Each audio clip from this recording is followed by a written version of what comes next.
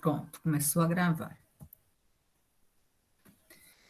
Boa tarde, turma. Começando oficialmente mais uma aula de genética. Hoje é 1º de setembro de 2021 e hoje o conteúdo que nós vamos ministrar é sobre mendelismo. Todo mundo conhece o Mendel, todo mundo já ouviu falar, todo mundo, em algum momento da sua formação escolar, já estudaram sobre o mendelismo, e hoje a gente vai falar sobre o mendelismo de uma forma muito mais assim, aplicada na área de genética vegetal. Então, a gente vai rever a primeira e a segunda lei de Mendel, usando, né, os critérios que Mendel usou para fazer a sua pesquisa com ervilha, e com esses critérios que Mendel usou lá em 1864, 65, no estudo da ervilha, como é que ele é utilizado nos dias atuais para que seja estudado como a herança de uma característica se dá. Então, a gente vai trazer esse mendelismo para um conceito atual e que é utilizado na prática para investigações na área vegetal. Então, vou projetar aqui minha tela para vocês, para que a gente comece a apresentação.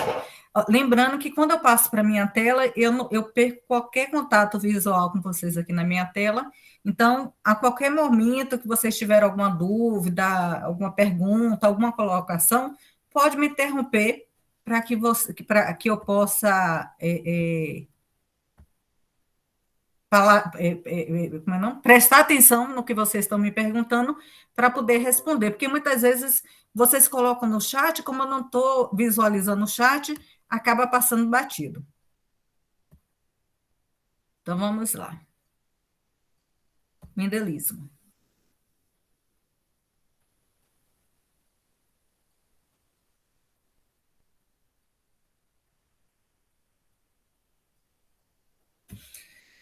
Mendelismo. Então, como a gente já estava falando, o Mendel, ou como ele foi batizado, Gregor Mendel, foi um monge agostiniano, né, que viveu entre os anos de 1822 e 1884.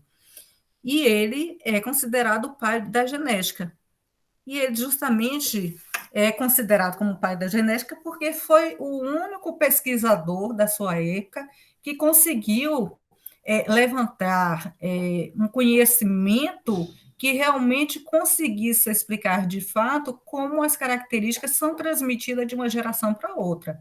Ele não foi o único pesquisador que se propôs a estudar, a investigar, a tentar entender esse mecanismo da transmissão da hereditariedade, mas foi o único que conseguiu reunir diferentes áreas de conhecimento, como a matemática, a estatística, a botânica, entre outros conhecimentos que ele acumulava, e, dessa forma, estabelecer um padrão entre características fenotípicas que eram observadas de uma geração para a outra do cultivo de ervilha, com padrões numéricos, matemáticos que ele conseguiu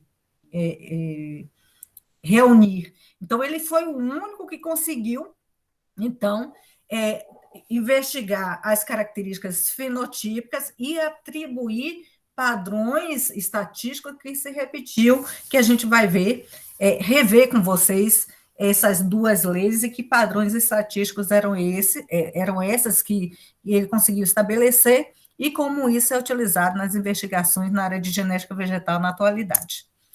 Então, vamos falar, então, sobre a primeira lei de Mendel. A primeira lei de Mendel, ele também, dependendo da literatura, do livro, do artigo que vocês investiguem, pode estar lá como herança monogênica, monohibridismo ou herança monogênica. Ih, repeti duas vezes aqui. Monogênica ou monohibridismo. Isso porque é uma herança que se dá devido ao envolvimento de um único gene relacionado com o padrão de herança de uma característica. Então, essa primeira lei de Mendel, para que ele pudesse estabelecer essa lei, ele estudou, como todos nós sabemos, as ervilhas. As ervilhas, elas recebem o nome científico de Pisum sativo. E porque, dentre tantas espécies vegetais, né, justamente a ervilha foi escolhida para servir de modelo vegetal nesse estudo de herança de um padrão genético.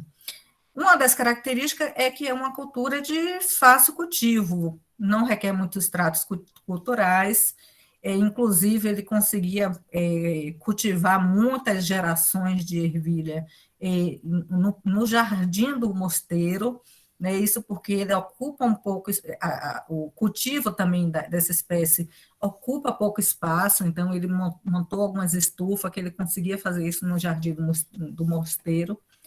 É uma planta de ciclo curto, então, em poucas gerações, né, em um tempo relativamente curto, ele consegue acompanhar como uma determinada característica é transmitida de uma geração a outra, devido a esse ciclo mais curto da cultura.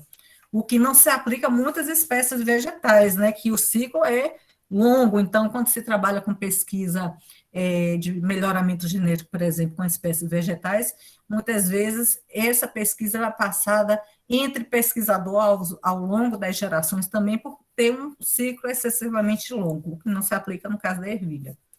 Em cada geração é produzido um grande número de sementes, ou seja, um grande número de descendentes, que permite na investigação de como essa característica está sendo distribuída dentro dessa população.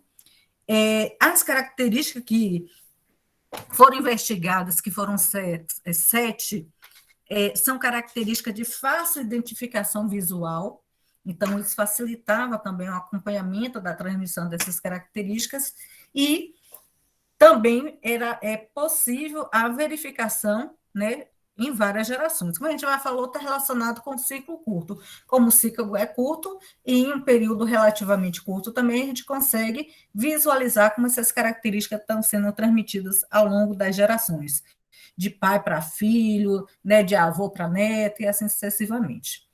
E aí o Mendel, ele foi tão genial em relação às suas deduções, porque naquela época que ele começou os estudos com ervilha, não se conhecia nada de DNA, de cromossomos, de genes, nem alelos, nem esses termos existiam, porque tanto é que foi só em 1953, né, que o DNA ele foi desvendado a sua estrutura tridimensional. Foi nessa década de 50 também que conseguiu se determinar que o DNA, de todas as moléculas, era aquele detentor de armazenar a informação genética, de transmitir de uma geração a outra. Então, a gente vê como é que Mendel estava à frente do seu tempo.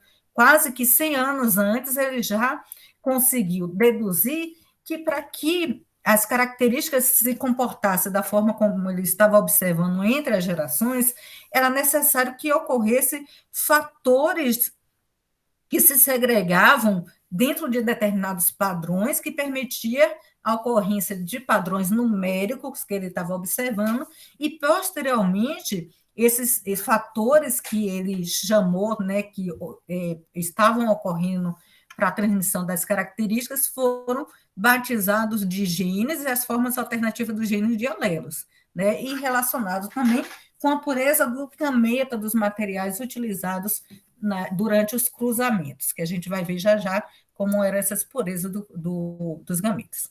Então, como é relacionado a primeira lei de Mendel com a meiose? Também todo o trabalho de Mendel foi feito com base em observação, né, sistemática e dedução, porque também não se conheciam os cromossomos. Depois que os cromossomos foram visualizados, que se entendeu sobre esses comportamentos que ocorrem na mitose e na meiose, é que conseguiu se relacionar aquelas coisas que Mendel falou, que na época dele ninguém compreendeu, tanto é que os trabalhos de Mendel só foram reconhecidos após a sua morte, é que conseguiu estabelecer uma relação sobre o que ele pregava e o que realmente estava acontecendo ali durante a meiose. Então, aqui na meiose, representada por essa figura, a gente tem aqui, por exemplo, uma célula 2N, então a gente tem aqui representado um par de cromossomo homólogo, um que é herdado do pai e outro da mãe. E para esse par de cromossomo homólogo está sendo representado também o gene A, nas duas formas aléricas aqui alternativas, azão e azinho. Então, herdou aqui um do pai, azão, e um da mãe, azinho. A gente sabe que lá no processo de replicação, cada um dessa fita, desse cromossomo, representa uma fita de DNA. No processo de replicação, cada fita ela replica, conforme a gente viu lá na primeira unidade, formando duas moléculas de DNA idênticas, com a mesma informação genética. E aí, aqui, os cromossomos caracteriza esse DNA altamente compactado e ligados ainda por uma região chamada de centrômero, que posteriormente, no final da meiose, se separa e cada um vai fazer parte de uma nova célula. Mas cada uma dessas cromátides representa uma fita de DNA que está ligada aqui por uma região do centrômero, aqui também. Então, na primeira divisão meiótica, então, ocorre uma separação cromossômica. Então, a célula se divide, cada cromossoma que vê do pai ou da mãe duplicado vai fazer parte de uma nova célula. E na segunda divisão meiótica, esse cromossomo, então, esse centrômero, ele é quebrado, digamos assim, partido, né? E aí cada molécula de DNA ela é liberada e a célula se divide, fazendo parte agora de uma nova célula gamética. Então, cada uma dessas células no final da meiose representa uma célula gamética. E aí o que acontece é que nessa célula aqui que iniciou esse processo, ó o que aconteceu no final. A gente tem 4 células gaméticas de 2 tipos. Metade das células gaméticas está carregando um azão e a outra metade o azinho. E a gente vê que, então, ocorreu uma segregação dos alelos que estavam presentes nessa célula inicial. Então, a lei de Mendel, relacionada com essa meiose, representa a lei da segregação. E o que a lei da segregação de Mendel fala? Que os dois alelos de um gene segregam, ou seja, separam-se um do outro durante a formação das células sexuais. Ó. Os gametas são as células sexuais. De modo que metade dos gametas carregam dos alelos, ó, metade dos gametas estão carregando o azão, e a outra metade carrega o outro alelo, aqui o azinho. Isso aqui o Mendel deduziu ó, em 1850, em 65, antes de conhecer os mecanismos relacionados com a meiose. Então, naquela época não se conhecia, mas as pesquisas posteriores levaram a uma correlação entre essa segregação que ocorre na meiose com essa primeira lei de Mendel, que é a lei da segregação ou herança monogênica, que é a herança relacionada por um gene. Então, a gente tem o gene A e aqui duas formas alérgicas alternativas, azão e azinho. Bom, como é determinada a herança de uma característica? Então, a gente vai citar aqui como é feita essa determinação da herança da característica e como ela é empregada nos dias atuais, como a gente já citou. A primeira e uma das mais importantes etapas da determinação da herança de uma característica é a escolha do material. Por que é uma das etapas mais importantes? Porque se a escolha do material ela não for feita adequadamente lá no início do processo do experimento, né, todas as etapas seguidas vão dar errado. Primeiro, o material ou a herança que eu quero determinar, ela precisa ter variabilidade e ser contrastante. Na ervilha, o Mendel estudou 7 características que tinha, né, variabilidade contrastante. Por exemplo, a cor da flor, que pode ser branca ou violeta, a posição dessas flores, que pode ser terminal ou axial, a altura da planta, que pode ser uma planta anã ou de altura normal, padrão, a forma da ervilha, eita, passei aqui demais, constrita ou inflada, a cor da vagem, que pode ser amarela ou verde, a textura da ervilha ela pode ser enrugada ou lisa, e a cor pode ser verde ou amarelo. Então, a gente viu aqui que ele estudou 7 características diferentes, todas facilmente identificadas de forma visual para avaliação. Então, é uma das etapas, é essa escolha do material que precisa ter variabilidade. E aí, com a escolha da característica a ser analisada, por exemplo, a cor da pétala da flor de ervilha, que pode ser branca ou roxa. Então, nesse caso aqui, como é que Mendel conduziu o seu experimento para determinar a herança dessa característica? Então, na escolha do material, a gente falou que precisa ter uma característica contrastante, roxa e branca. Mas não basta ter uma característica contrastante. Por quê? Existem algumas combinações de alelos que tanto o homozigoto, como esse caso aqui, ó, a flor roxa que carrega o genótipo azão-azão, ou então a flor roxa que carrega o genótipo azão-azinho, ambas têm a característica roxa. Mas para que seja iniciado um trabalho experimental para estudar a herança de uma característica, assim como o Mendel fez e é feita nos dias atuais, eu preciso usar um parental nessa geração de cruzamento que ela seja pura, ou seja, homozigótica para o genótipo que condiciona o fenótipo roxo.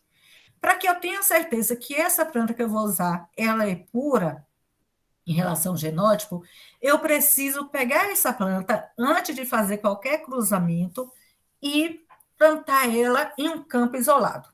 Ela está lá plantadinha, eu vou obter a geração seguinte, proveniente dessa planta, e esperar florescer, já que eu vou verificar a cor da pétala, e verificar.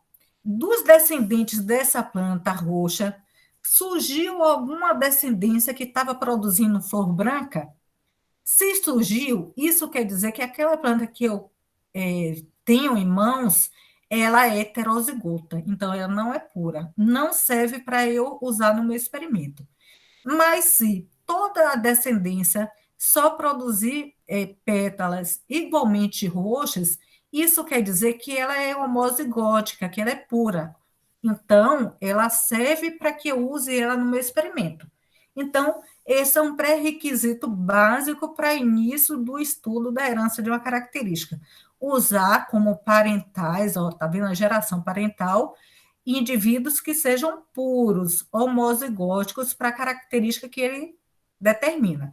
Então, para a flor roxa, eu tenho esse parental azão-azão, que é homozigótica, ou seja, é pura, e o parental 2 aqui, ela também é pura para a manifestação da característica branca. Então, eu tenho certeza que eu tenho as duas plantas puras, eu agora posso iniciar o meu experimento, que é cruzar as plantas puras, homozigóticas, portanto, para obter a primeira geração filial, que é a geração F1. A geração F1, então, ela é proveniente do cruzamento das plantas puras, contrastantes, né, homozigóticas aqui. A gente sabe, então, se a planta ela é homozigótica azão-azão, ela só vai produzir no final da meiose que a gente mostrou ali no iníciozinho, todos os gametas que ela produz é do tipo azão. Se ela é azinho, todos os gametas que ela produz é do tipo azinho. Então, azão, ela só tem azão, então todos azão, azinho só produz azinho. Então, genótipo azão, azão, fenótipo roxo, gameta azão. Genótipo azão, azinho, fenótipo branca, gameta produzido azinho. E aí, considerando que essa planta roxa aqui é a planta feminina e a branca a planta usada como progenitor masculino, a gente tem que esse gameta aqui, ó, esse grão de pólen, carregando um azinho, fecunda esse óvulo e dessa fecundação vai surgir a geração F1, que vai ser, ó, azão, azinho, pela fecundação, então, feita pelo grão de pólen azinho com o óvulo azão.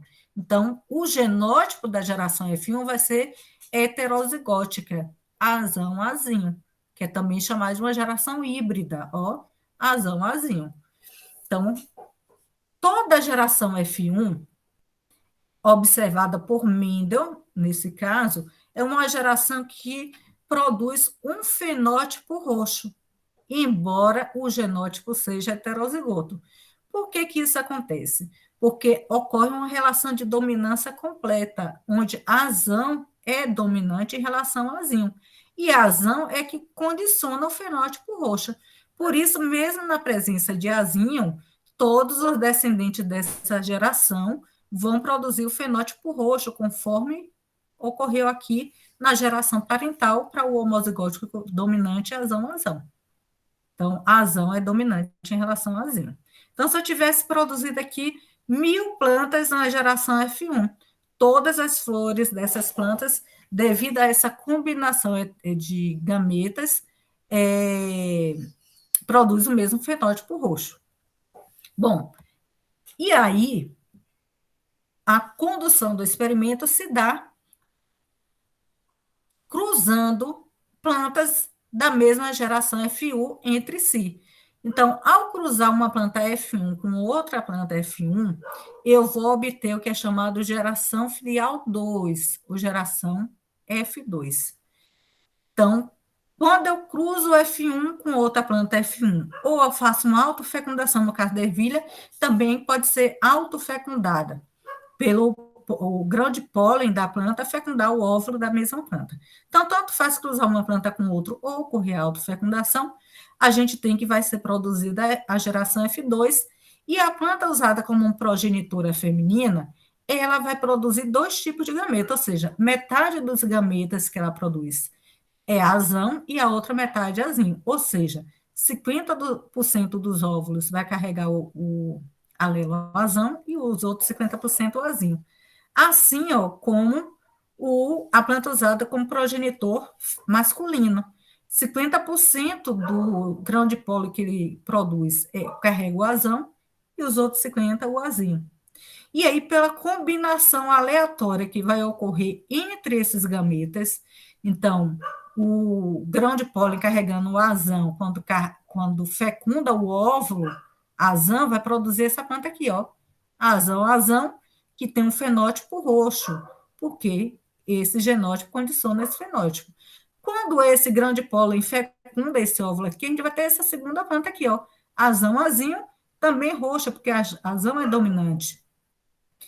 Quando ocorre esse óvulo ser fecundado por esse grão de pólen aqui, ó, a gente vai ter essa planta aqui, azinho também, porque azão é dominante em relação a azinho.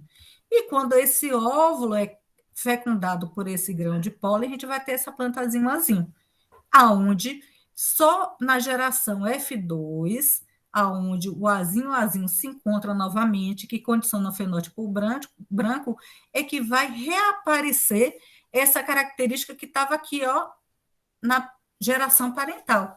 Então, percebam que quando eu usei as duas plantas puras, produziu a geração F1 heterozigota, aonde a característica fenotípica flor branca desapareceu devido à constituição genotípica dessa geração, onde a azão é dominante em relação a azinho, desaparece completamente o fenótipo branco dessa geração e ela reaparece aqui, ó, na geração neta, ó, essa planta aqui é neta dessa, aonde ela volta a reaparecer.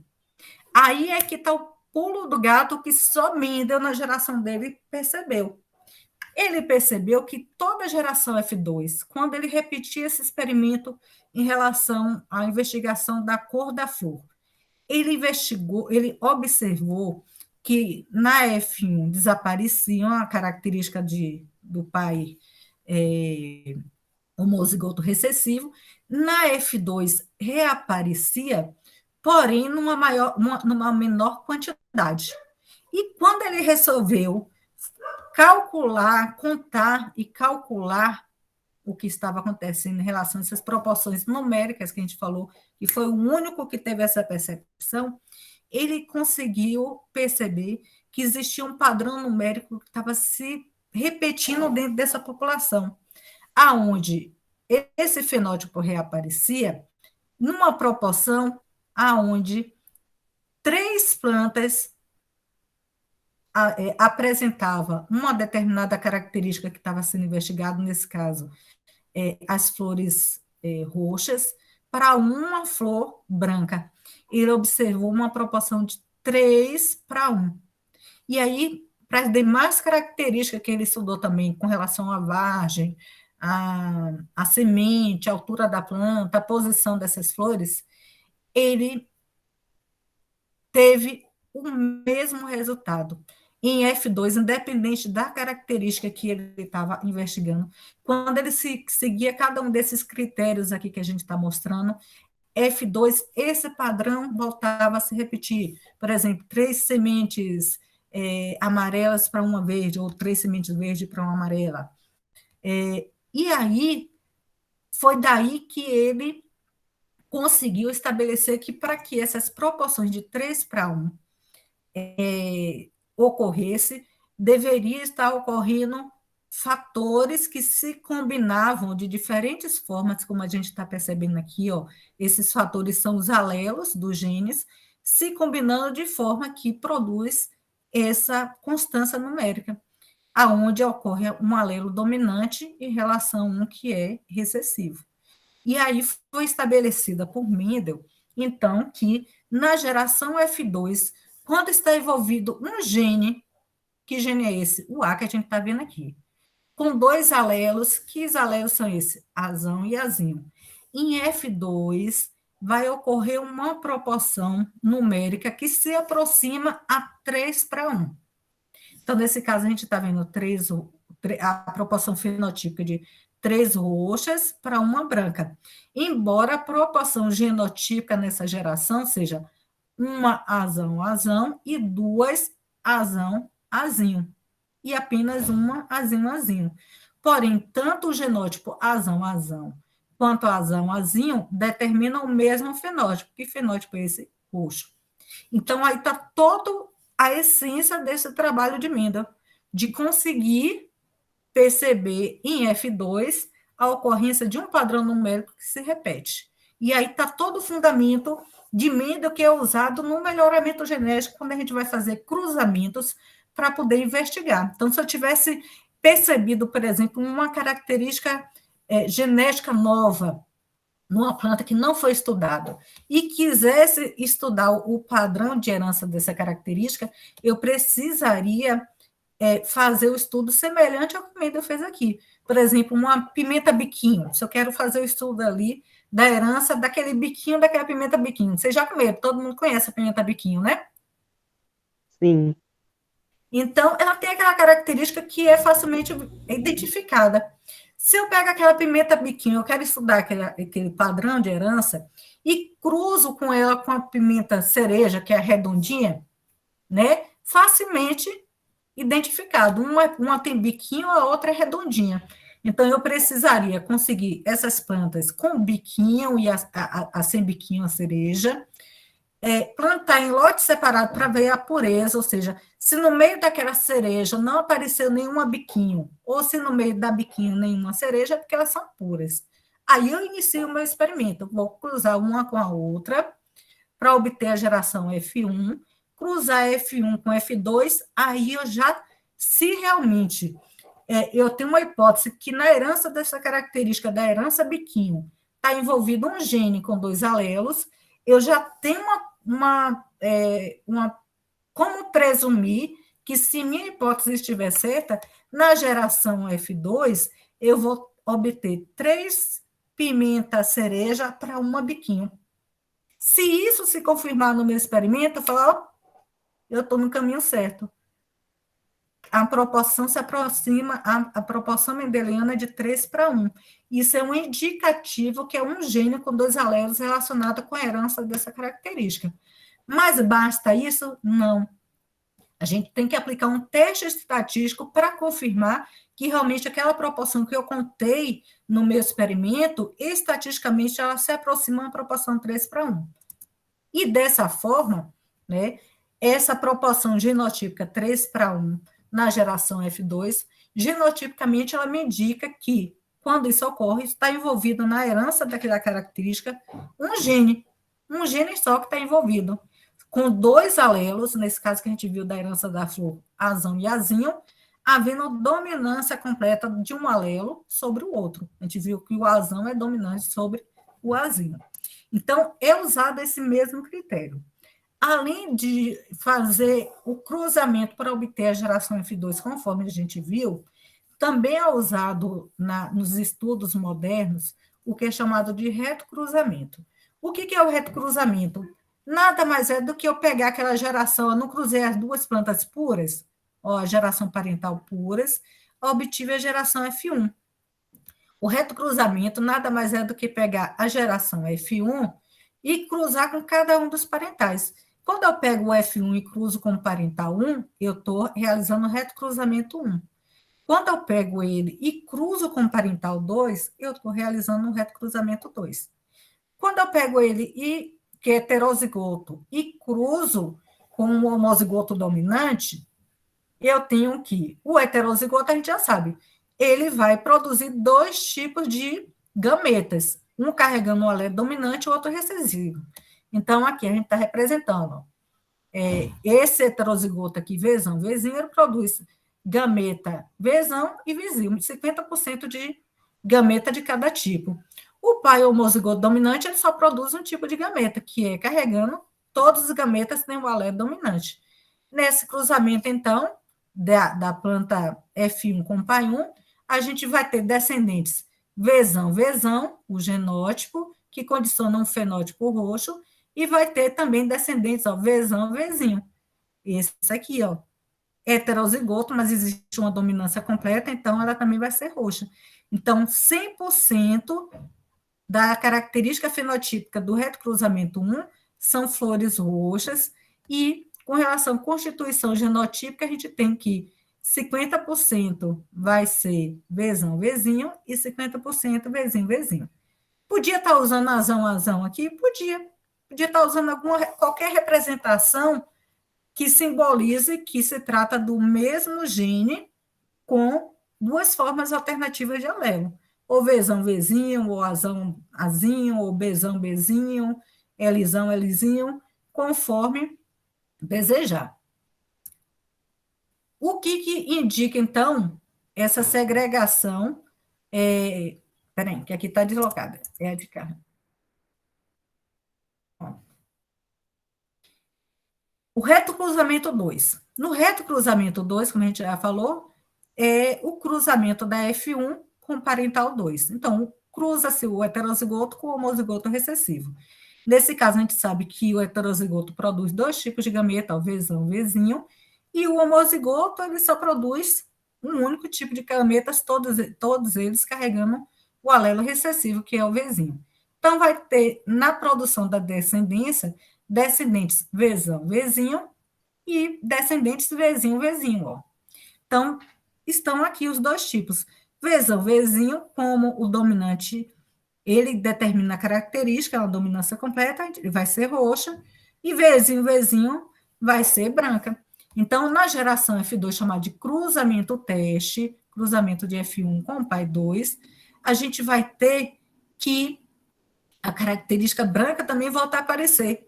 Só que Mendel também verificou que um padrão numérico aqui se repetia, aonde 50% das características era relacionado com o parental dominante e os outros com 50% dessa descendência do retocruzamento 2 com o recessivo, na proporção de 1 para 1, ou seja, 50 a 50. Então, metade da população com uma característica e metade com outra.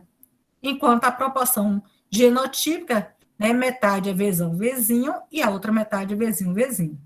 Então, por isso que tanto a geração F2 quanto o retocruzamento 2 é chamado de populações segregantes, porque a característica que está sendo estudada vai segregar. Porém, na F2, a gente sabe que segrega na proporção de 3 para 1, e na geração de retocruzamento 2, o cruzamento teste, segrega na proporção de 1 para 1. Então, tanto no F2 quanto no retocruzamento 2, usando as mesmas plantas, tanto para chegar na F2 ou chegar até o retocruzamento 2, a gente está usando as mesmas plantas. A constatação é a mesma. Está envolvido na herança dessa característica apenas um gene. E esse gene possui duas formas alelos. aléricas, havendo relação de dominância completa. O que mudou da geração F2 para a geração retrocruzamento 2 é com quem o F1 está se cruzando. Quando cruza F1 com F1, a proporção fenotipo esperada é 3:1. Quando se cruza ele com o homozigoto recessivo, é 1:1 por conta do genótipo do recessivo aqui, que só vai permitir essas duas combinações genotípicas na população segregante. Então, tanto a geração F2 quanto a retrocruzamento 2 nos leva, então, quando a gente monta um experimento, essa da pimenta biquíni, por exemplo, que eu falei, aí a gente fez um cruzamento até chegar a F2 e observou a proporção de 3:1. A gente pega aquelas duas mesmas plantas e fala, não, agora eu vou cruzar a minha geração F1 com o parental homozigoto recessivo, para confirmar que vai ocorrer uma proporção fenotípica próxima a 1:1, confirmando o que eu observei na F2, de que está envolvido um gene com 2 alelos. Então, quando isso acontece no cruzamento 2, que é o cruzamento teste, ele confirma que a segregação está ocorrendo dentro das proporções mendelianas que deveriam ocorrer para essa geração. Então, uma confirma o resultado da outra. Então, geralmente, é realizado, então, tanto o cruzamento, o retrocruzamento e o cruzamento por obtenção de F2. Então, o que a gente viu que Mendel fez e que é realizado nas condições de investigação atual? A escolha do material, que é importante, tem que ser contrastante, para isso tem que ter variabilidade. A condução do experimento, que a gente sabe que tem que obter plantas puras para aquelas características investigadas.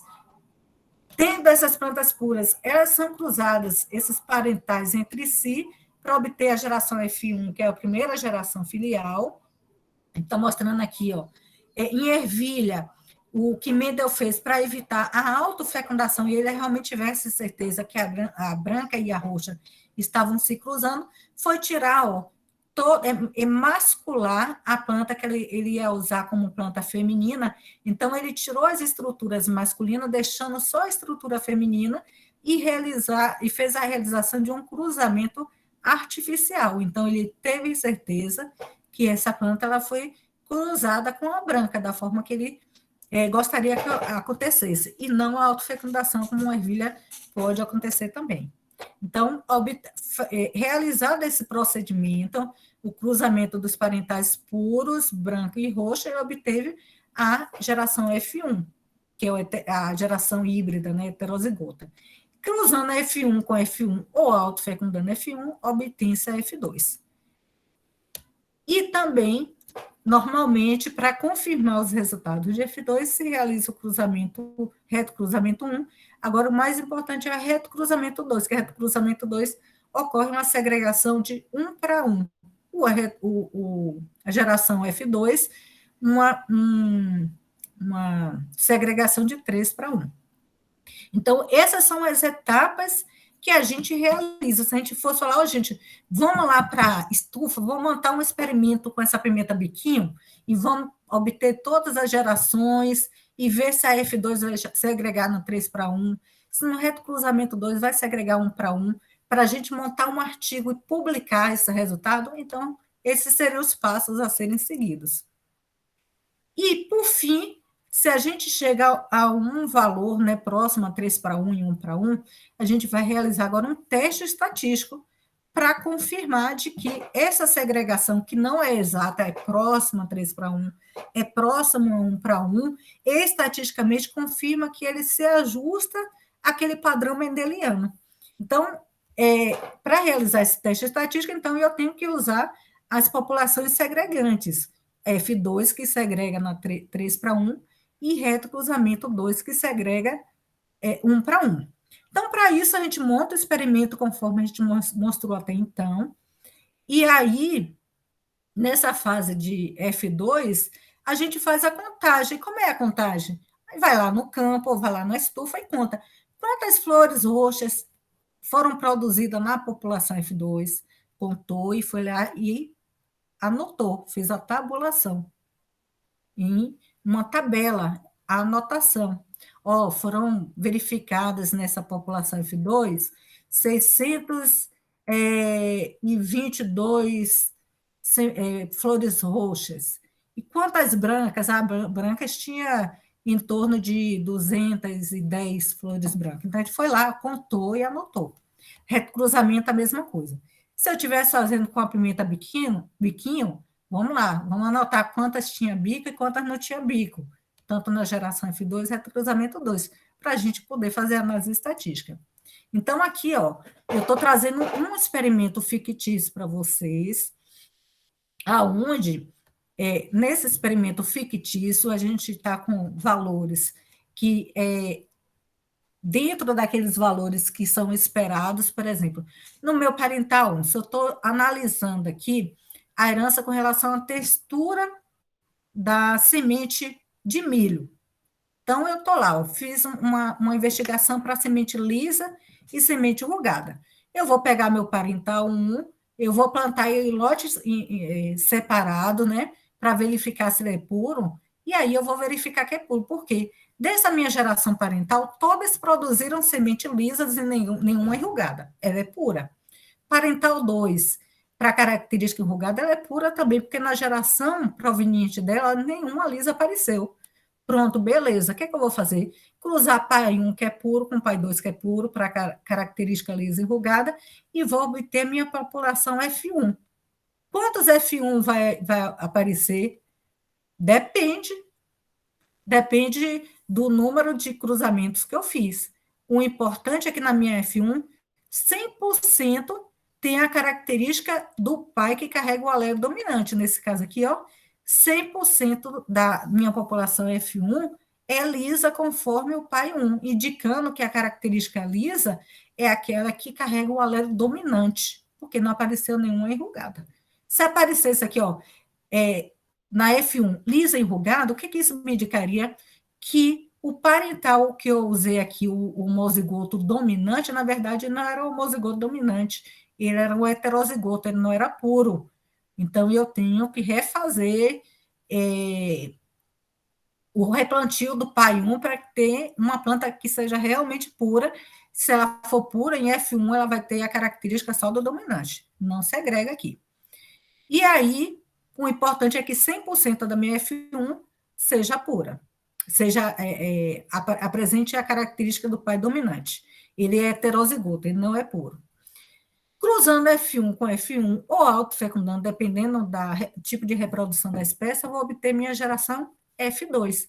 Aí, se na população F2, se eu considero uma hipótese de que está envolvido um gene com 2 alelos, aonde, né, ocorre uma dominância completa, eu tenho que F2, essas duas características que eu estou analisando, lisa e enrugada, vão segregar próximo a uma proporção de 3:1. É o que eu estou observando aqui.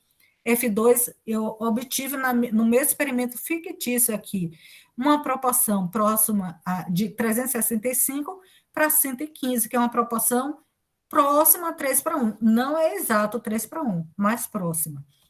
O cruzamento 2 também saiu conforme deveria, o cruzamento de F1 com o pai 1, 100% vai ter a característica dominante, portanto, todas vão ser lisas, e no cruzamento do F1 com pai homozigoto recessivo, vai ocorrer uma segregação próxima a 1:1. Então, tive 185 a 189. Então, lá na tarefa que eu vou passar para vocês logo mais, vocês vão criar um experimento fictício semelhante a essa, aonde F2, a minha segregação deve ser próxima a 3:1, não exatamente, mas próxima a 3:1, e no retrocruzamento 2, próxima a 1:1, para que vocês possam fazer análise estatística nesse dado fictício. Poderia ser um dado real, professora? Poderia, mas para isso eu teria que plantar, replantar, esperar uma geração, esperar a outra, contar, tabular na minha tabela para fazer esse teste estatístico. Como a gente não pode fazer isso, a gente pode simular a realização de um experimento onde na F2 a gente obteve uma segregação próxima a 3:1 e no retrocruzamento 2 próximo a 1:1, para que a gente realize, então, esse teste estatístico, que vocês vão ver que é uma bobagem, né, Isadora? Super fácil. A gente fala em teste estatístico, fica achando que aqueles testes super complicados, difíceis, cheio de fórmula, não é. Esse teste estatístico usado para avaliação dessas características, geralmente a gente usa o chamado de Q quadrado. Esse Q quadrado é representado por essa fórmula aqui, ó, que representa o Q ao quadrado. Esse é o meu teste estatístico. Para isso, eu organizo meus dados coletados numa tabela como essa aqui, aonde, na minha primeira coluna, eu tenho a geração que eu vou avaliar, a geração segregante, que pode ser a F2 ou o reto cruzamento 2. Nesse caso aqui, a gente vai analisar a geração segregante F2. E a gente já está avaliando duas características, que é semente lisa e semente enrugada. Na minha próxima coluna, eu vou listar o valor encontrado, a minha frequência observada de sementes lisas e enrugadas, que é o número de sementes que eu obtive lisa na geração F2 e enrugadas também nessa mesma geração. E aqui a frequência esperada é o valor que deveria acontecer nessa população se ela realmente estivesse segregando exatamente na proporção de 3:1, que é o que é esperado aqui na geração F2. 3 lisas para uma enrugada. E o meu teste estatístico é só a aplicação de fórmula. O meu Q quadrado, ele representa o somatório da minha frequência observada menos a frequência esperada. Os valores que eu tenho aqui. Eleva ao quadrado e divido pelo valor da minha frequência esperada. Para cada uma dessas linhas, eu realizo aplicação dessa fórmula para poder obter o meu Q quadrado. Então, para esse população F2 que a gente tem nesse experimento fictício aqui, eu tenho que, na minha F2, eu tenho 365 lisas para 115 enrugada. Então, na minha tabela de Q quadrado, eu coloco aqui, sementes lisas, 365. Enrugadas, ou rugosas, 115. E a gente sabe que aqui, somando, vai ter um total de 480. Se eu 480, né, então eu tive esse padrão 365 para 115. A gente sabe que na F2 é esperado uma proporção de 3 lisas para uma enrugada, ou seja, a cada 4 sementes, uma deve ser lisa e 3 lisas e uma enrugada. Só que eu não tenho só 4 sementes, eu tenho agora 480 sementes. Então, em 480, para obter essa proporção de 3 partes para uma, quantas devem ser lisas em 480 e quantas devem ser enrugadas? Para isso, é só dividir 480, que é meu total, em 4 partes. Cada parte representa, então, 120. Então, 3 partes, né, de semente lisa representa 120, ó, vezes 3. Então, a frequência esperada de semente lisa para ter uma proporção exata de 3:1 deveria ser 360. E 120 vezes uma parte aqui de rugosa é 120. Então, a frequência esperada, considerando 480 sementes, eu teria 360 sementes lisas e 120 enrugadas. Mas no meu experimento lá realizado no meu campo, eu obtive 365 lisas e não 360. 115 enrugada e não 120. Será que esse valor que eu obtive no meu experimento, que é tão próximo a 3:1, representa realmente um valor que se ajusta a uma proporção 3:1 ou foi ao acaso? Então, por isso que a gente precisa aplicar um teste estatístico, que o teste estatístico é que vai me dizer que esse valor se ajusta a uma frequência de segregação próxima a essa 3:1 que foi pregado por Mendel. Ou então vai dizer não, está muito discrepante conforme o resultado final, então essa segregação não está sendo 3:1, não. Isso que vai me dizer é minha análise estatística. Então, para isso, aqui, substituindo os valores aqui, ó, meu Q quadrado vai ser igual ao somatório de frequência observada, que é 365, menos a frequência esperada 360, elevado ao quadrado, divide de novo por 360. Ó. Fó, fé, fé. Fó, fé, fé. Aplicação de fórmula. Aplicando essa fórmula, eu vou ter o meu Q quadrado de semente lisa 0,07. A mesma coisa eu pego aqui a rugosa, 115 menos 120 elevado ao quadrado, dividido por 120. Vai me dar um Qi quadrado de 0,21. O que eu faço agora? Aqui não tem um somatório. Isso quer dizer que eu tenho que somar esses dois valores de Qi quadrado que é obtível. Então, eu somo 0,07 mais 0,21. O meu Qi quadrado calculado, por que calculado? Ó, porque eu calculei. O valor que eu achei desse teste aqui para essa segregação que a gente está investigando, a hipótese de que está segregando numa proporção de 3:1, deu 0,28. E aí, como é que esse valor, professora, de 0,28 vai me ajudar a dizer que a minha frequência observada no campo, ou no meu experimento fictício, que seja, está segregando conforme o padrão mendeliano de 3:1 ou não?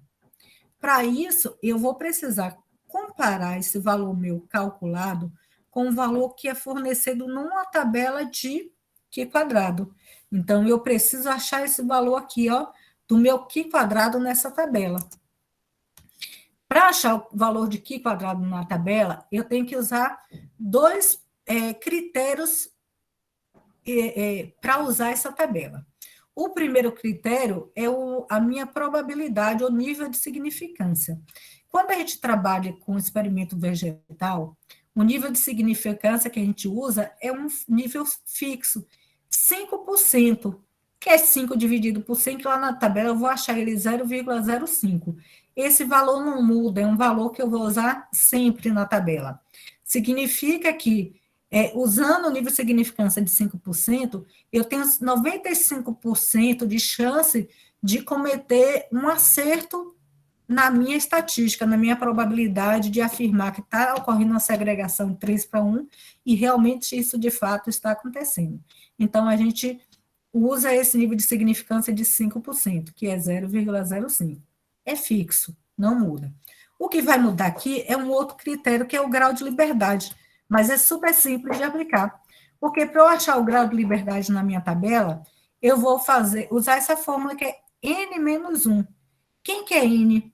N é o número de classes fenotípicas que eu estou investigando, que são duas, lisas e rugosas. Então, duas classes fenotípicas menos 1 da fórmula, eu vou ter um grau de liberdade igual a 1.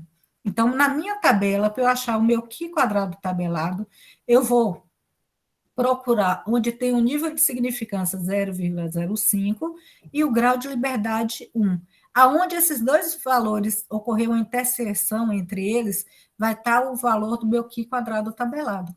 Então, olha aqui, ó, uma tabela de Qi quadrado, aonde eu tenho o grau de liberdade que a gente achou de 1, nível de significância de 0,05. Ó, o valor que vai ocorrer a interseção dos dois é 13,84. Isso quer dizer, então, que o meu Qi quadrado tabelado, que é o que está na tabela, é 13,84. É só substituir lá. Se, por exemplo, o meu nível, grau de liberdade fosse 3, ó, como o nível de significância ela é fixa, a interseção ocorre aqui, sempre nessa coluna, ó. Então, o meu Qi quadrado tabelado seria 7,82. Se meu grau de liberdade fosse 2, ó, a meu Qi quadrado tabelado seria 5,99. Entendido, gente? Sim. Entendi sim. Sim, prof. Então, vamos lá.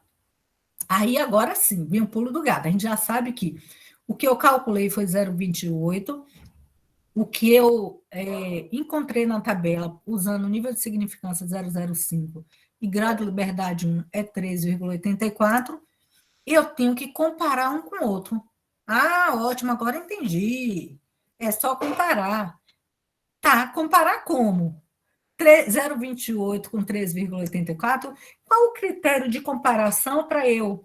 epa, não entra não. Para eu confirmar a hipótese de que meus valores lá em F2 estão segregando próximo a 3:1 ou não. Então, os critérios são esses aqui, que também são super simples. Toda vez que o valor do Qi quadrado calculado ele for menor ou ele for igual ao valor fornecido na tabela, a gente vai aceitar a hipótese formulada. A hipótese formulada é de que o meu experimento lá na F2 está se ajustando a segregação de 3:1. Porém, se o valor que eu calculei foi maior do que o valor da tabela, eu vou rejeitar a hipótese formulada. Então, eu vou rejeitar de que esteja segregando 3:1. Vou falar, não, esse valor aqui, ó, segundo a minha análise estatística, ele é discrepante demais e não explica, então, uma segregação 3:1. Eu vou ter que investigar qual outro fenômeno genético que está gerando essa segregação que não é 3:1. Então, no nosso caso aqui, o nosso valor de Q quadrado calculado é bem menor do que o tabelado. Se ele é bem menor do que o tabelado, eu aceito a hipótese de segregação 3:1 ou rejeito?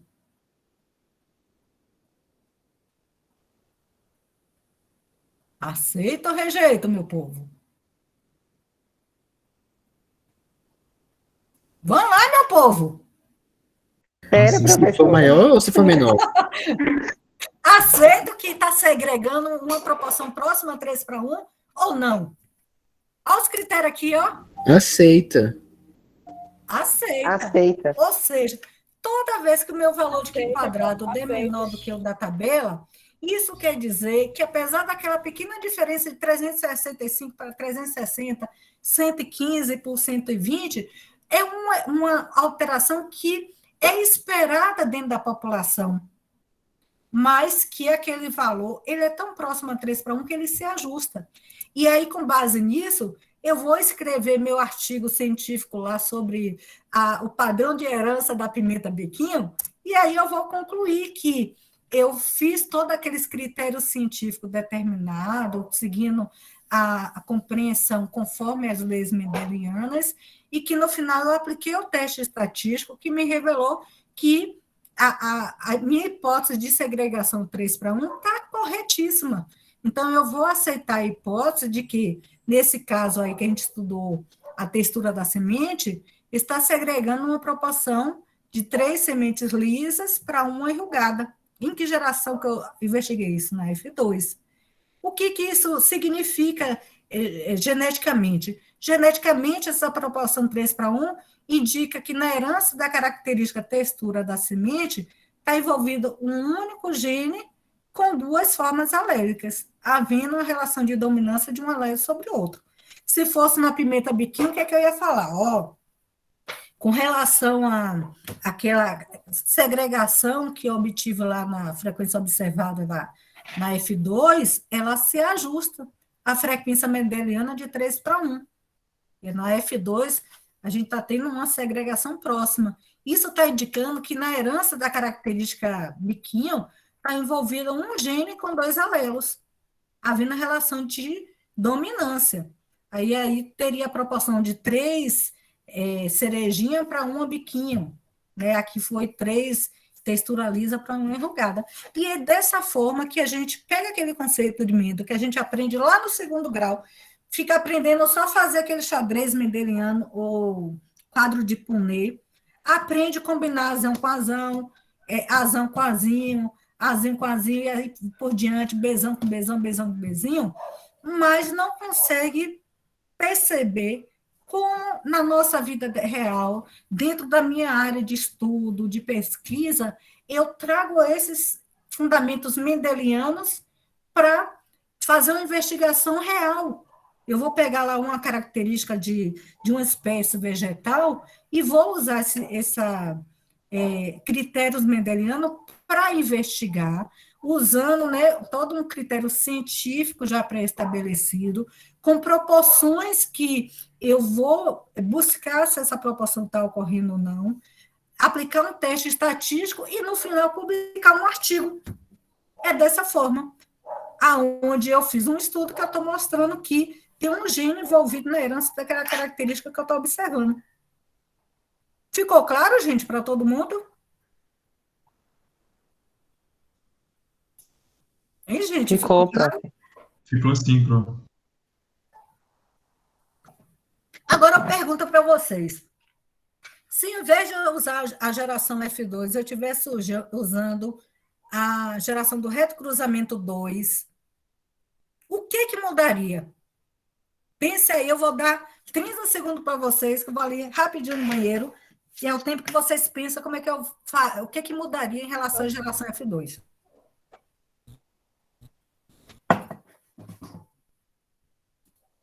Lembre-se que Isadora está aí na aula, pode consultar os universitários.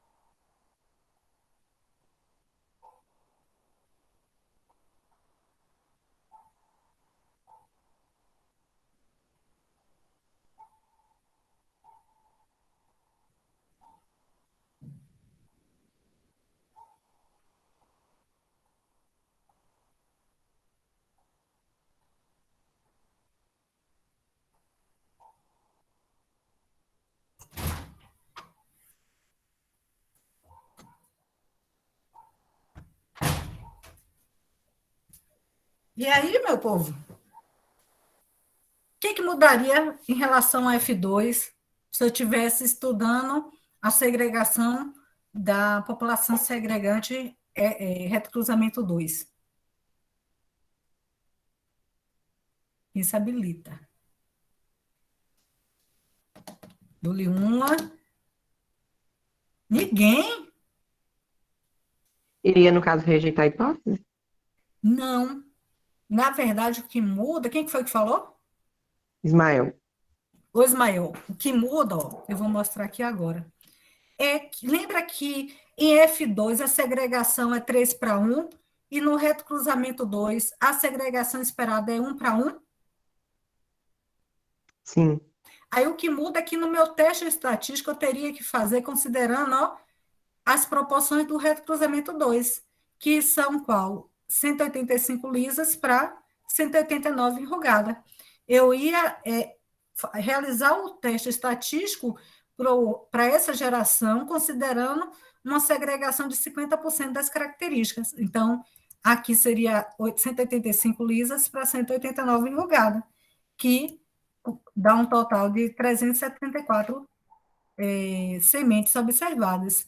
Então, considerando o padrão mendeliano de 1:1, né, em cada 2 sementes, 50% em cada uma das características. Para eu calcular a frequência esperada, eu divido... Mas no caso ia ter um dominando sobre o outro?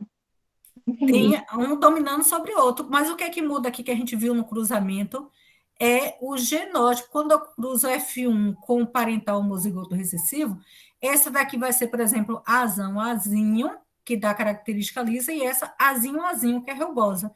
50% da população é azão, azinho, lisa, e 50% azinho, azinho, rugosa, daquele cruzamento que a gente mostrou lá atrás.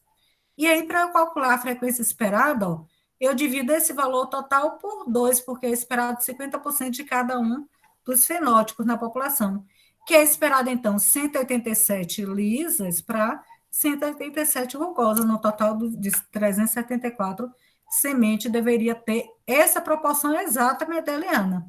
Mas a gente viu que o valor nosso encontrado lá no nosso experimento fictício está bem próximo. Mas eu não posso falar assim, pronto, tá, foi próximo, tá ok, vou escrever meu artigo e falar que está segregando na proporção 1:1. Não, não, isso não é aceito se não for comprovado estatisticamente. Então, por mais próximo que seja, como a gente está observando aqui, eu tenho que aplicar esse teste dificílimo que nós vimos aqui do Q quadrado, que é só substituição de fórmula. Fó, fé, fé. Então, jogando aqui a frequência observada, esperada, dividido pela esperada, a gente tem os dois Q quadrado aqui, que a gente soma ele no final, ó, e achou o Q quadrado calculado, que foi 0,042. A gente precisa agora achar aqui o tabelado. O que é que eu preciso achar para achar o tabelado? Nível de significância de 0,05. Grau de liberdade, que é o número de classes fenotípicas menos 1, duas classes menos 1, dá um grau de liberdade, e nível de significância de 0,5. Mudou alguma coisa do anterior? Não. Aqui vai dar aquele 3,84 que a gente já analisou na tabela. O que mudou foi o valor calculado. A gente compara com o tabelado. Usando os mesmos critérios, o valor do calculado é menor do que o tabelado.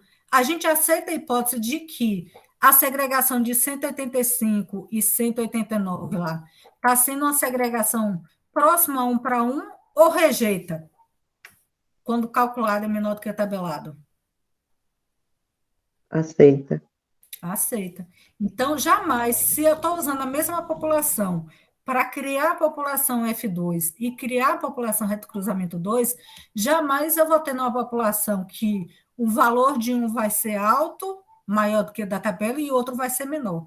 Ou ambos vão ser alto quando aquele fenômeno não é explicado por um gene, ou se é explicado numa população, a outra vai servir só para comprovar, porque o valor dela também vai ser próximo à proporção que se espera naquela população. Então, nesse caso aqui é menor, a gente aceita a hipótese de que na geração do reto cruzamento 2 está ocorrendo uma segregação de 1 para 1. Aí a gente vai lá bonitinho e escreve a nossa conclusão, que diz que a característica textura da semente está segregando a uma proporção próxima a 1 para 1 na geração reto cruzamento 2.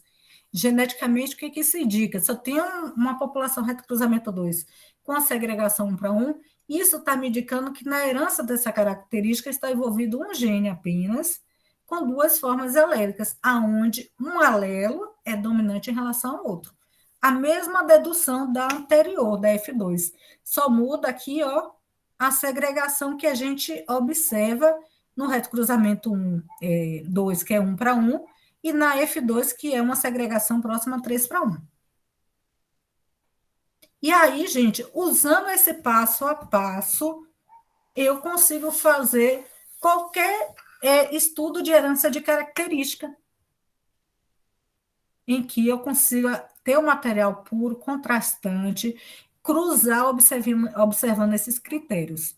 Então, na tarefa que vocês vão realizar em relação à primeira lei de Mendel, vocês vão elaborar, conforme a gente fez nessa tabela aqui, ó, uma população segregante com próxima a 3 para 1, eu não lembro lá se eu botei F2 no reto cruzamento 2, ou então próxima a 1 para 1, para que vocês, né, façam essa análise estatística, criando a hipótese. Vocês vão mostrar, conforme a gente fez lá no iniciozinho, deixa eu voltar aqui, para situar vocês em relação à atividade 1. Aqui eu não mostrei na geração parental quais são os genótipos, o fenótipo, os gametas produzidos. Na F1 também tem o genótipo, fenótipo, os gametas. Na geração F2, lá para a característica que vocês vão criar, quero que vocês usem a criatividade, não copiem nem minhas proporções, nem meu exemplo. Vocês vão criar. Eu criei aqui, em cima da hora, o exemplo da pimenta biquinho. Use a criatividade para investigar um experimento fictício qualquer, com proporções que são próximas, não exatas, 3 para 1 ou 1 para 1, e vão fazer a análise estatística mostrando, né, o comportamento, o que está presente em cada uma das gerações. E aí, a gente vai para a segunda lei de Mendel. O que é a segunda lei de Mendel? É basicamente o que a gente viu até agora na primeira lei. O que muda é que, ao invés de estudar um único gene controlando uma característica, quando a gente usa a segunda lei, a gente vai analisar simultaneamente duas características, cada característica controlada por um gene que é independente, ou seja, cada um está situado em um cromossomo diferente. Então, por isso que a segunda lei de Mendel chama lei da distribuição independente. O quê? Se eu considero aqui agora dois genes, gene A no cromossomo 1 e gene B no cromossomo 2. Eles são independentes porque cada um está no seu quadrado. Esse aqui ocupa o cromossomo 1 e esse o 2. Se o gene A e B tivesse aqui, ó, o B no mesmo cromossomo que o gene A, um aqui nessa posição, o outro aqui em cima, por exemplo, aí eu diria que eles estão ligados. Mas quando eles estão em cromossomos diferentes, um no cromossomo 1 e outro no 2, eu digo que eles estão independentes.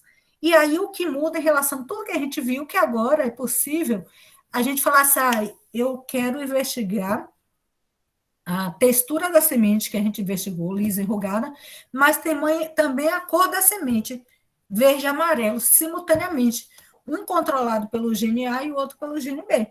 E quando a gente pega essa segunda lei de Mendel, que ele elaborou lá durante os estudos com a ervilha, e lê o que está escrito, diz o seguinte: quando dois ou mais genes são considerados, cada um comporta-se independentemente do outro. E a gente vê lá na meiose que isso acontece porque cada um está no seu cromossomo respectivo e não no mesmo cromossomo. E quando ocorre lá a meiose, né, a gente tem aqui a replicação, que o DNA de cada um deles se replicou, copiando exatamente a cópia da molécula que vai cada um fazer parte do novo gameta lá no final do processo. A gente tem que, durante a meiose, esses cromossomos, como eles são independentes, cada um no seu quadrado, digamos assim, eles podem se combinar das diferentes formas. Por exemplo, na hora de formar a célula na primeira meiose, esse azão pode vir junto com o bezão, ou ele pode vir junto com o bezinho, ou o azinho migrar junto com o bezão, ou o azinho com o bezinho, porque aqui é permitido todas as combinações entre esses 4 cromossomos, carregando os 2 diferentes tipos de alelos para cada gene. E a gente tem, então, que no final da meiose, lá no final da meiose 2, vão ser produzidos, devido a essas combinações, que pode ocorrer de todas as formas aqui, a produção de 4 tipos de gametas diferentes. A gente tem 8 gametas no final, mas de 4 tipos diferentes, onde azão migrou junto com bezão, azinho com bezinho, azão com bezinho ou azinho com bezão. Então, quando se começou a entender sobre a meiose, também conseguiu-se fazer uma correlação entre o que acontecia com a meiose de genes independentes, cada um no seu cromossomo, com a segunda lei de Mendel, para a gente comprovar mais uma vez que Mendel não é desse mundo, não.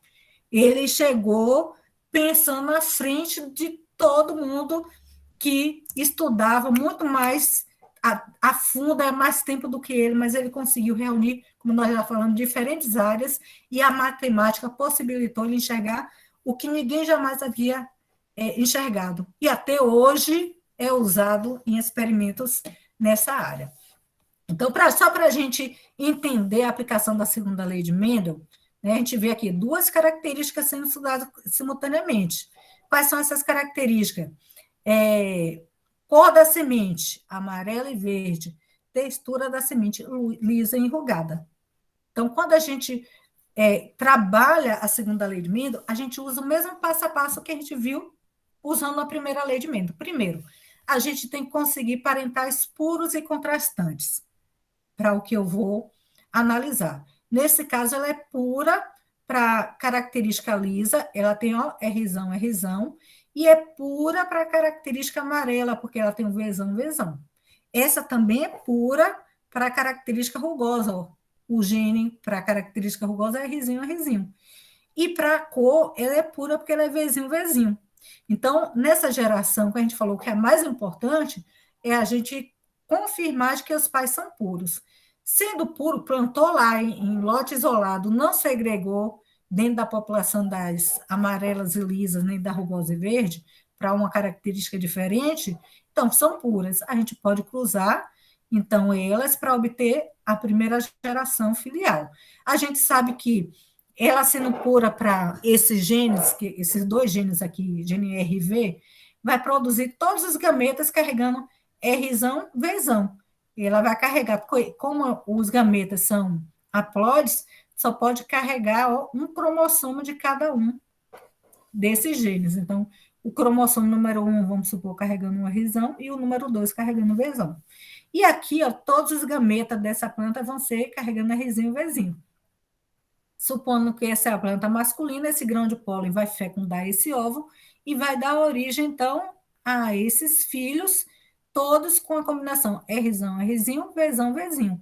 Toda a população F1 vai ter essa constituição genotípica, sem exceção. Se eu tiver aqui 10.000 sementes na F1, todas elas vão ser Rzão, Rzinho, Vzão, Vzinho. Vai ser uma híbrida, aonde ela vai ser amarela, porque ela tem um alelo dominante Rzão, que é dominante em relação a Rzinho, e vai ser lisa e vai ser amarela, porque o Vzão é dominante em relação ao Vzinho. Então, Rzão condiciona a semente lisa e Vzão condiciona a semente amarela. E aí, qual que é o próximo etapa da investigação se eu estivesse montando com vocês um experimento lá no campo?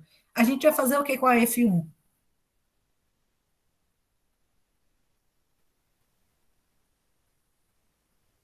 Vamos, meu povo? Na condução desses experimentos, qual que é o passo a passo? Cruza as plantas puras para as características investigadas, obtém a F1. Depois que eu tenho F1, eu faço o que com a F1? Cruza F1 com quem? Com a parental? F1 com F1, para obter quem? F2. O primeiro passo aqui é cruzar F1 com F1, para obter F2. Depois eu cruzo F1 com quem? Com pai 2, para obter o reto cruzamento 2, que me dá uma proporção de uma segregação de 50% de cada uma das características aqui. Quando eu cruzo esse com esse, na minha população reto cruzamento 2, 50% dos descendentes vão ser amarelas e lisas e 50% vai ser rugosa e verde. Mas antes disso, eu tenho que cruzar F1 com F1 para obter F2. Cruzo F1 com F1. Meu F1 ele é Rzão, é Rzinho, Vzão, Vzinho. Então, uma planta masculina cruzada com outro com a mesma constituição genética F1 feminina. E quais são os gametas, então, que essas plantas usadas aqui na F1 vão produzir? Como é que eu vejo? Como é que eu sei quem são esses gametas produzidos pela planta masculina e feminina, que são os mesmos gametas? É fácil. Combino Rzão com Vzão, é o gameta 1. Rzão com Vzão vai ser lisa e amarela. Rzão com Vzinho, lisa e verde. Rzinho com Vzão e Rzinho com Vzinho. Então, tanto a planta masculina produz esses 4 tipos de gameta, quanto a minha planta feminina, 4 tipos de gametas. O que a gente faz no mendelismo, quando a gente aprende a fazer esses cruzamentos? Eu vou pegar os gametas masculinos, esses 4 tipos, e cruzar com os 4 tipos também da feminina, que são do mesmo tipo. Então, recapitulando, cruzei as 2 plantas parentais puras para os 2 genes que estão sendo investigados. Eles produzem esses tipos de gametas, também eu peço na atividade 2. Vou obter geração F1, a constituição genotípica, ele é híbrida para os 2 genes aqui, heterozigota. Os gametas aqui, femininos, os 4 tipos que a gente viu como é obtido, cruzado com os 4 tipos de gameta masculino. E aí é feito o cruzamento, de cada um dos. Rzão, Vzão com Rzão, Vzão, então Rzão, Rzão, Vzão, Vzão.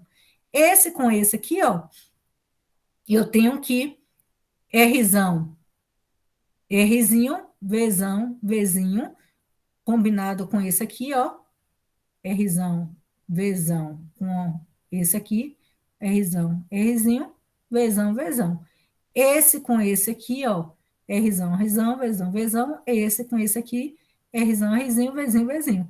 E aí a gente vai vendo cada uma das combinações.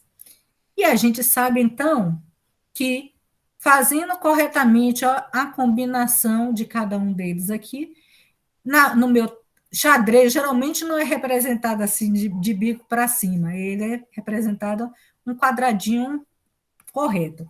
Mas aqui, tanto faz estar representado ele com bico assim, ou ele está virado na horizontal, dá a mesma combinação.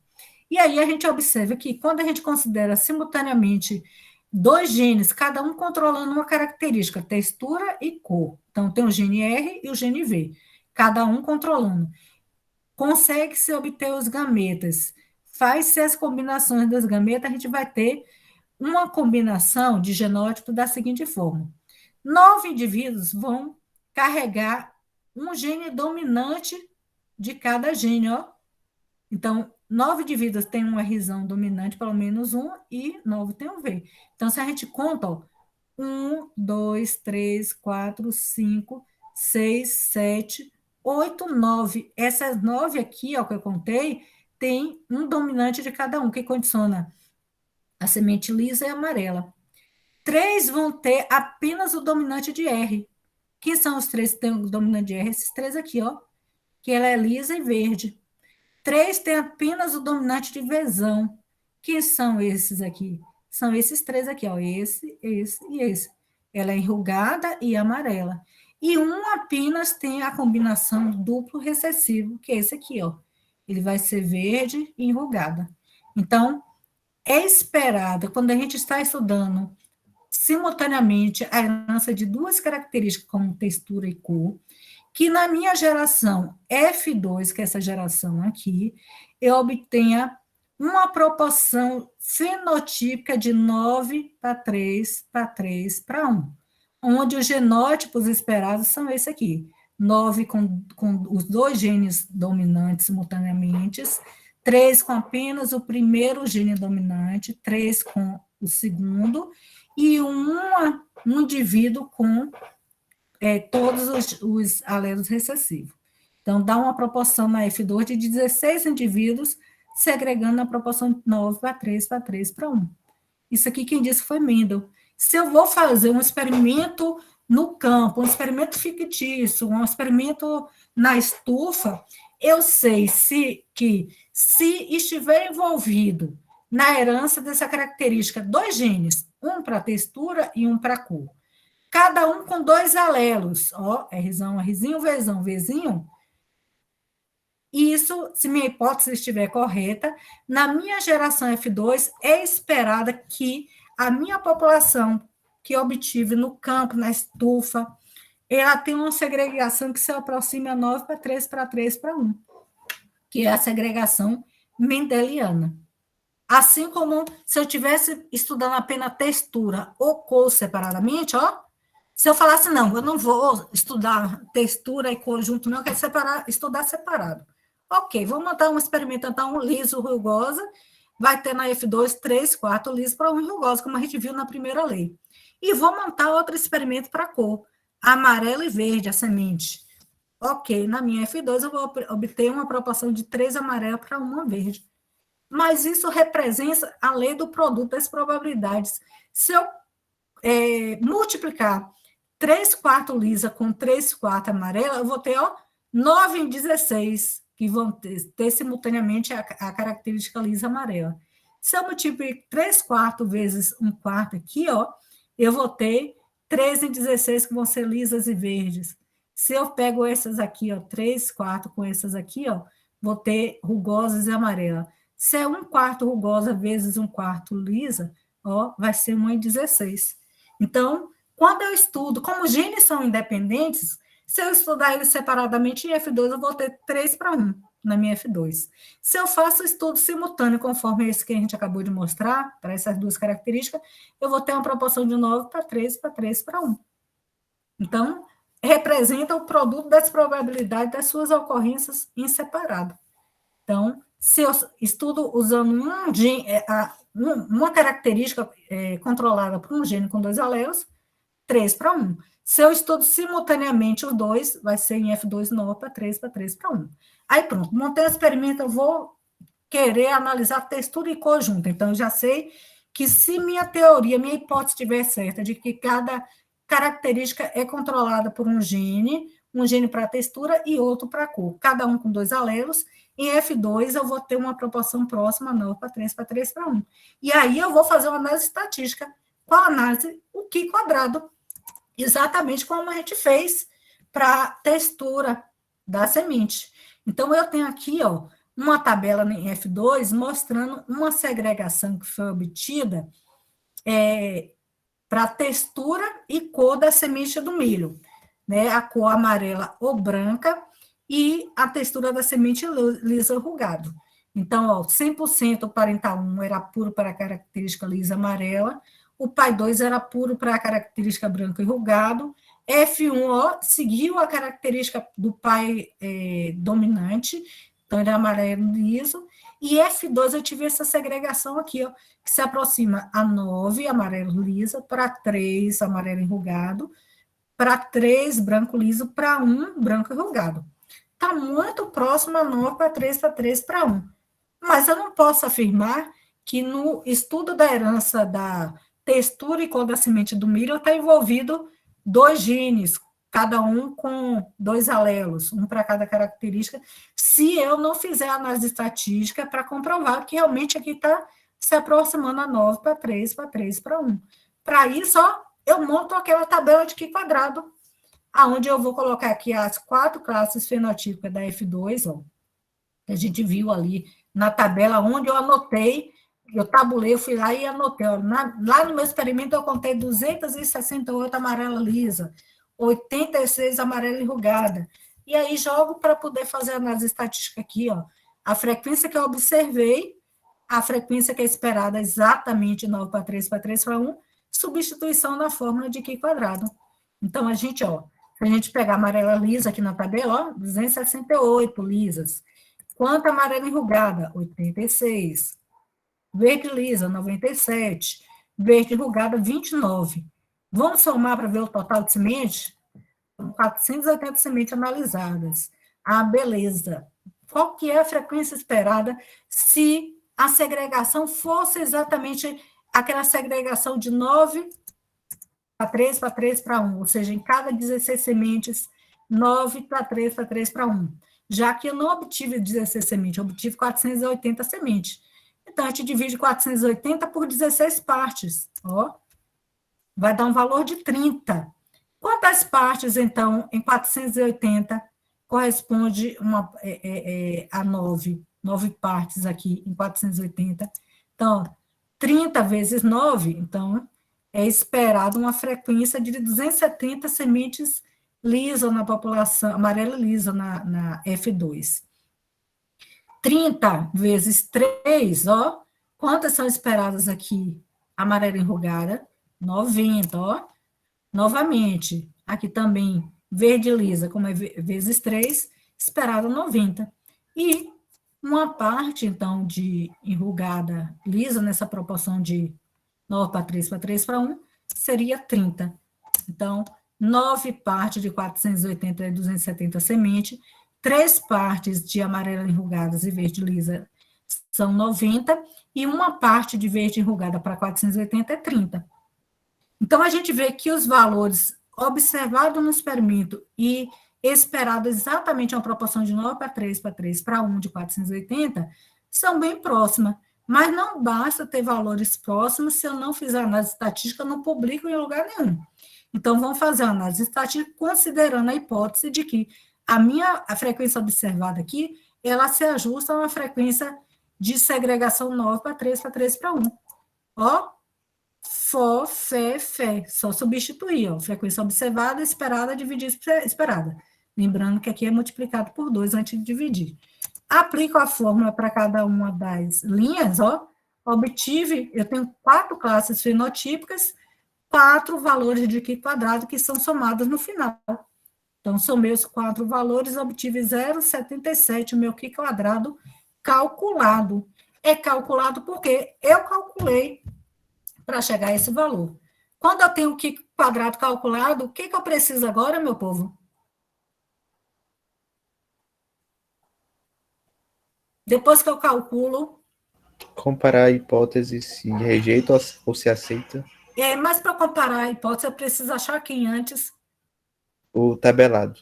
O tabelado, exatamente. Então, eu tenho que o meu Q quadrado calculado é 0,77, eu tenho que achar o valor de tabelado.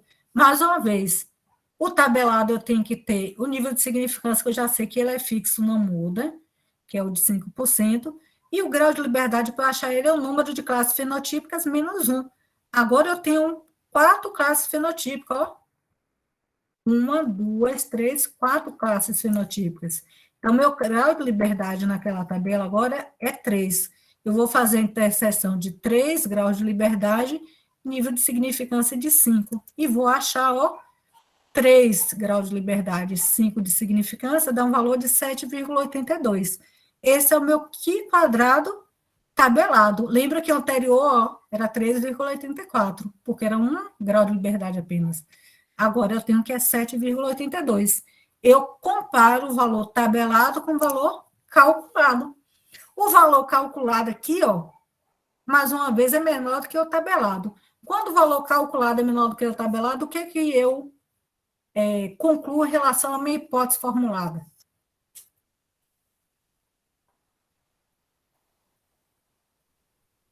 A hipótese é verdadeira, então a gente aceita, né, a hipótese. Isso. Qual hipótese que eu estou aceitando?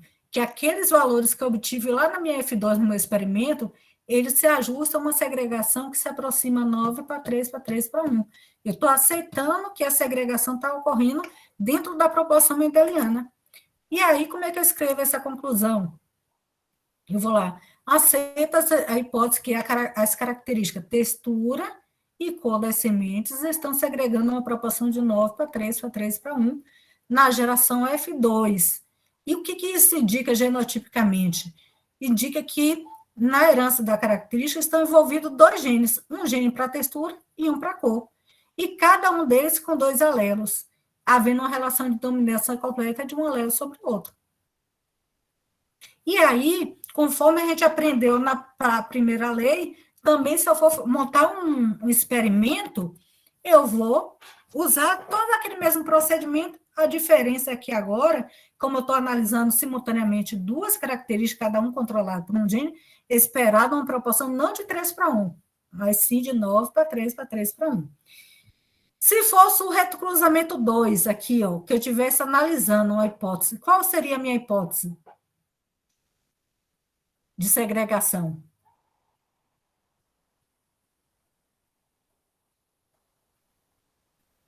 Silêncio mortal. Vou até tomar água. Quando eu considerei um gene, a segregação esperada no retrocruzamento 2 não era 1 para 1? Agora eu tenho 4. Sim. Eu tenho 4 classes fenotípicas, né? Também é esperada uma proporção de 25% para cada 1 para 1 para 1 para 1. No meu retrocruzamento 2, é esperado uma proporção em que cada uma das classes ocorra na mesma frequência, 1 para 1 para 1 para 1. Neste exemplo fictício que eu criei aqui, eu criei valores próximos a 1 para 1 para 1 para 1 para que a gente possa analisar.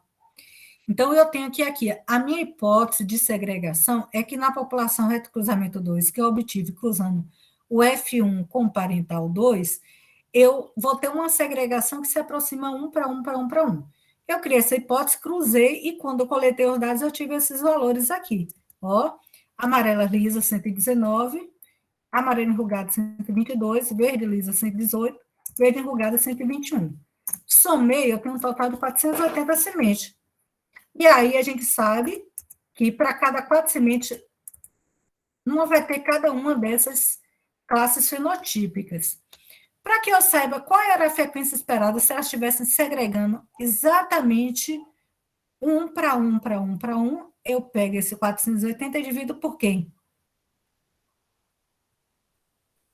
Por 4, para ter 4 partes iguais. Então, se eu estiver segregando 1 para 1 para 1 para 1, cada classe fenotípica, 120, exatamente. Mas eles não são valores exatos, que a biologia nem sempre se ajusta perfeitamente à matemática. Mas por isso que o teste estatístico serve para afirmar se isso realmente está sendo observado aqui. Então, 480, a esperada dentro do padrão mendeliano seriam esses valores. Substituindo a fórmula, FOFEFE, eu obtenho o Qi quadrado para cada classe, somo e vou obter meu Qi quadrado calculado, que é 0,082, que eu vou comparar com o meu Qi quadrado tabelado, Qui quadrado tabelado, nível de significância, 4 classes menos 1 dá 3 níveis de significância, não, 5% de nível de significância, grau de liberdade, né, 4 menos 1, que dá 13 graus de liberdade, porque aqui eu tenho agora 4 classes. Então, vai dar aquele mesmo valor de 7,82 que a gente obteve, não muda. O que mudou foi só o valor do calculado.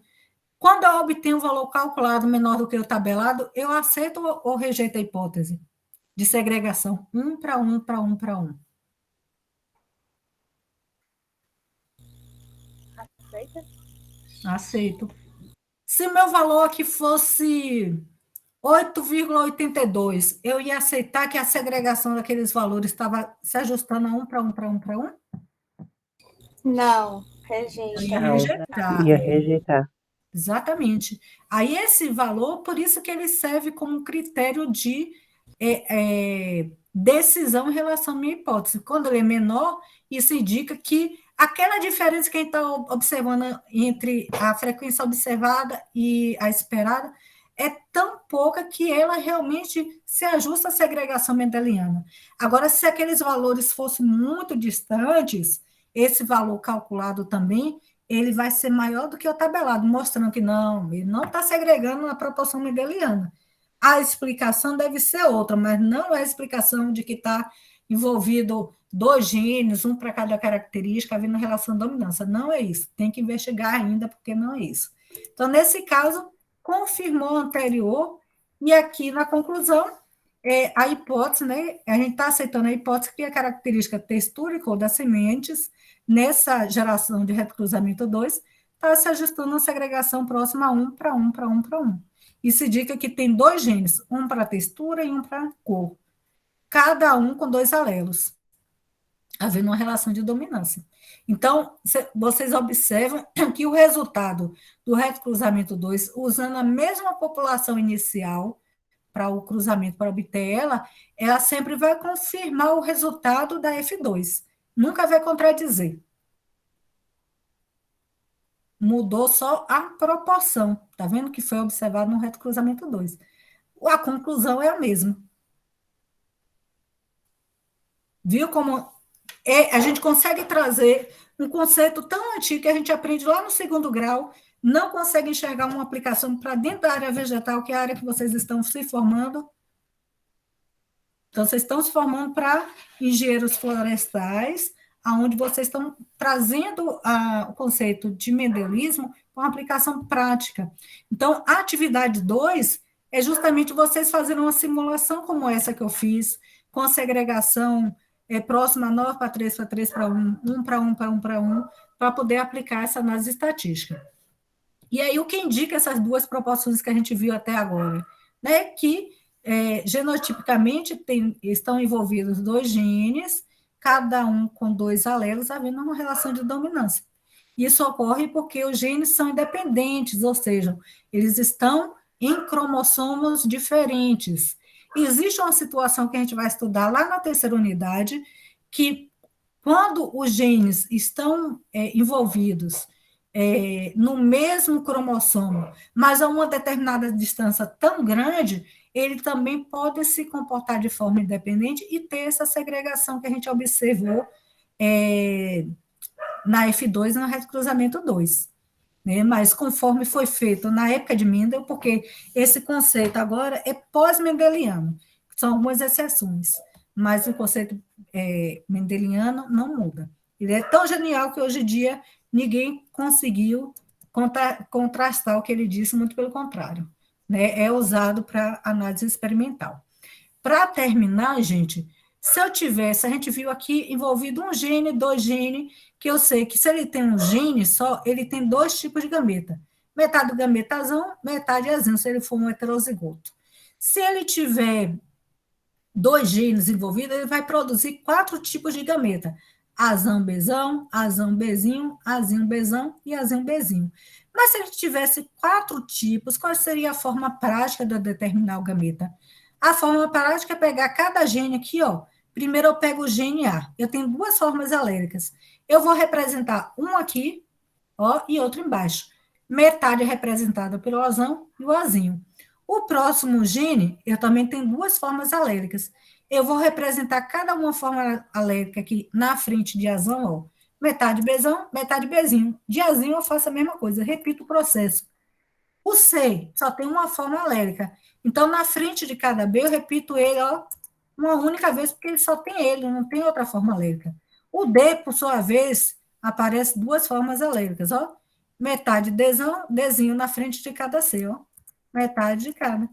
E dessa forma prática, se eu ligar as linhas, ó, Azão, Bzão, Czinho, Dzão, eu tenho, e multiplicando meio, vezes um, vezes meio, 1/8 dos gametas desse indivíduo vai ser Azão, Bzão, Czinho, Dzão. Aqui, ó, Azão, Bzão, Czinho, Dzinho, também vai ser 1/8. Azão, Bzinho, Czinho, Dzão, Azão, Bzinho, Czinho, Dzinho. Então, é uma forma prática para que eu obtenha todas as combinações de gametas que esse indivíduo vai produzir. 8 gametas, um de cada tipo, um em cada 8. Ó. Azão, Bzinho, Czinho, Dzinho, ó, representado aqui. É uma forma prática.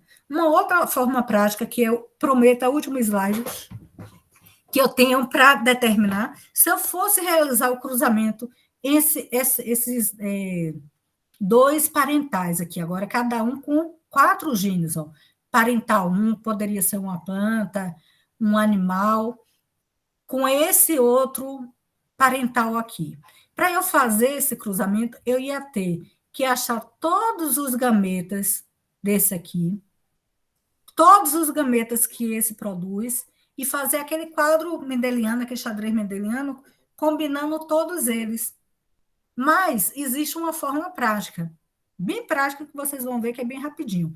Por exemplo, se eu quiser saber qual que é a probabilidade que eu tenho desse cruzamento entre esses dois genótipos, obter um filho que tem essa combinação aqui.